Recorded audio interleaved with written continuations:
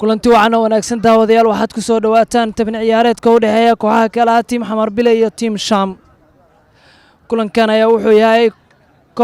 kulanka kama dambayska ama finalka tartanka Ramadan Cup ee ka dhacaya degmada Warta Nabadda gaar ahaan garoonka Minishibiyo. Markaan meesha noqon golaya ayaa gacanta ku dhigay xilligani. Sham Academy ayaa sameynaya kubaddii ugu horeysay ama shoot-kii ugu horeeyay ee goosha la beegsado, balse golaya Xamar Bile Academy ayaa ka diiday kubaddaasi.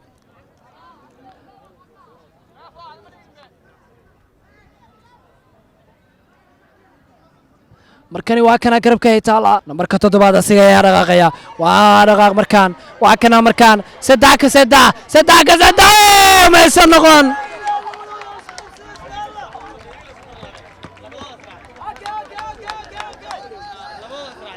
الله محيط كبت قرع بدن الله محيط رجال ليس قرع بدن بلس وحوال ويكفايد السواين حمر بلا أكاديمي يرجلي مركان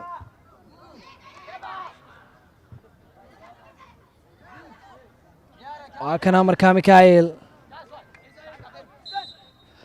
قيبتي كواد عيارتا يانا سو إلا نسدا ولا شيء كانوا واولي أبري شام أكاديمي يسدو كلا حمر بلا أكاديمي قيبت لبعض عيارتا يانا وبلنا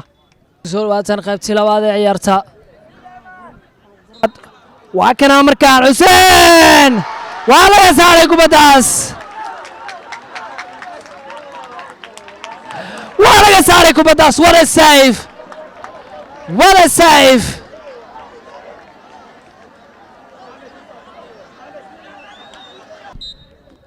عيارنا ويسوع اللاتي داود شيء كبري كسوع اللاتي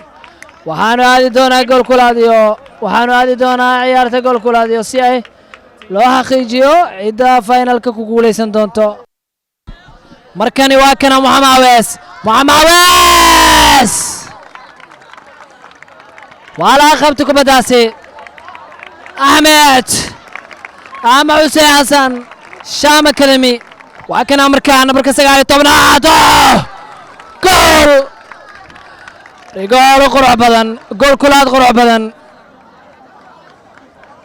وحال اللي تريدون هلغاني حمر بلا ماس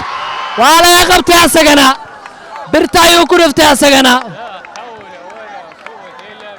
نمشر وكنا مركزان ولا قبتها سجنا سيف ولا يسيف قريه مركان عيارته صوت اللي يسيف قريه بنالتي عيات انتهى وكنا حسين جول شاكورا عماد جول وين سايلاتي